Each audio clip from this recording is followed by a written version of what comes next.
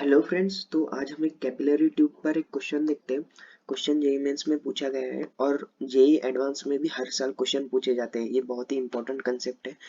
तो क्वेश्चन है, if m is the mass of water that rises in a capillary tube of radius r, then mass of water which will the capillary tube of radius 2r is।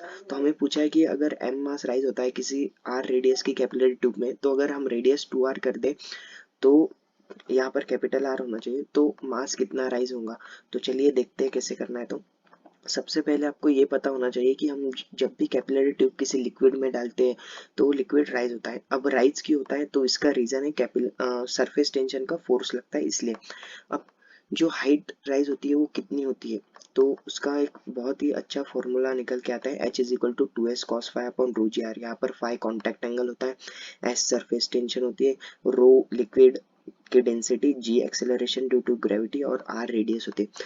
तो इतने height तक rise करता है। अब ये formula का derivation बहुत important है। इसके डेरिवेशन दो तरीके से आ सकते हैं। एक तो हम प्रेशर डिफरेंस का कंसेप्ट लगा सकते हैं और दूसरा फोर्स बैलेंसिंग का। तो इस क्वेश्चन में फोर्स बैलेंसिंग का कंसेप्ट यूज होगा।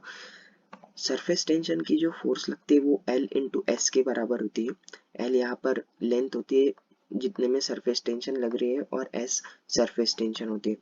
तो यहाँ पर अगर हम ऊपर से देखें कैपिलरी ट्यूब को, तो हमें एक सर्कल नजर आएगा जिसके रेडियस 2 पाई आर होगी, यानी 2 पाई आर लेंथ में सरफेस टेंशन एक्ट करिए, 2 पाई आर इंटू एस, ये सरफेस टेंशन लगेंगी इस डायरेक्शन में।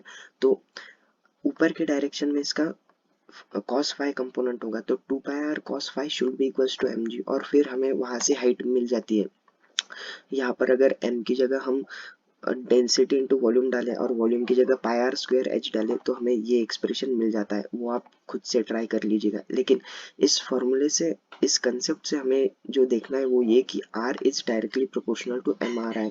यानी अगर अगर हमें क्वेश्चन में पूछा है कि अगर रेडियस 2r हो तो मास कितना होगा, तो ऑब्वियसली मास भी 2m होगा। हेंस इसका जो आंसर आएगा वो ऑप्शन ए आएगा। आई होप आपको ये क्वेश्चन समझ में आया होगा। Thank you.